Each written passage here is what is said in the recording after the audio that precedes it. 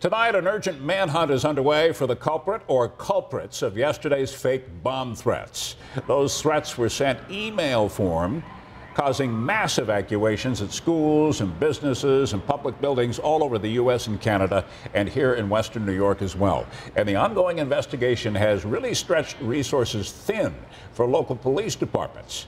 7 Eyewitness News reporter Josh Bazan on the story. He's live downtown tonight.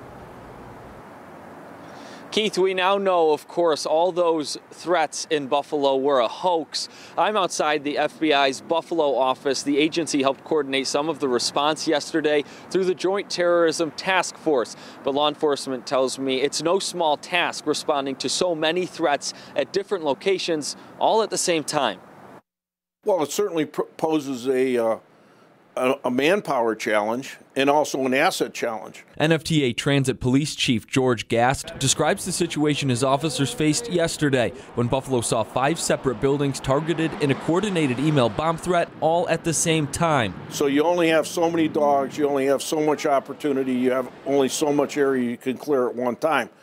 So as a result, you have to prioritize targets. The NFTA had many of its K-9 officers help clear buildings for Buffalo police, even needing to call in some off-duty teams for overtime. Buffalo police say the multiple simultaneous threats stretched the department's resources, meaning some calls in other parts of the city couldn't be answered right away.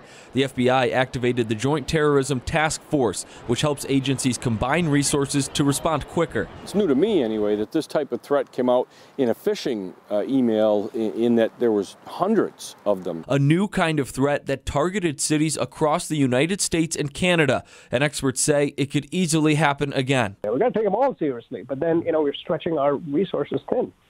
So, I mean, that's the takeaway. That's the lesson here. And the next one is definitely coming, right? I mean, what happens with these kind of attacks are, people learn, they'll copycat. My thought is if this guy does another 200 today, and he does another 200 Saturday, and he does another 200 next week, it starts to dilute that heightened state of security.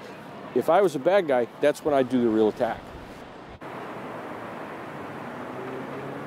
The cybersecurity expert I spoke to tells me because so many emails were sent out, that actually makes it a bit easier for law enforcement to potentially track down the person who's behind all this. Chief Gast says that while, yes, they were stretched thin, he says the response from all law enforcement yesterday was seamless. Live in downtown Buffalo, Josh Bazan, 7 Eyewitness News.